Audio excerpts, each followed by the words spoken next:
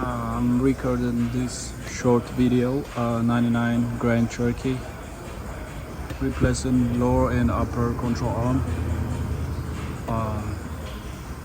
If you replace this one first, you're gonna get a hard time to align that. So what I did, because I couldn't align the top one because it's shift backward, you can't push it back. So what I did, I unscrewed again, so I can move, or I can push this. I can push this at the same time. I can push the bolt.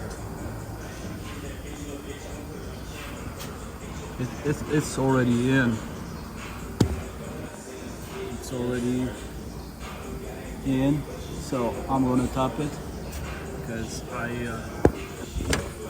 I'm gonna align the hole right here.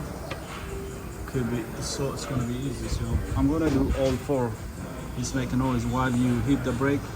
This thing make a noise. So this is a quick tip. I call it a tip. So that's what I record for you. Let me know if you have any questions. So lose this one so you can push back the front diff to put the upper control arm. And this again, 99 Jeep Grand Cherokee.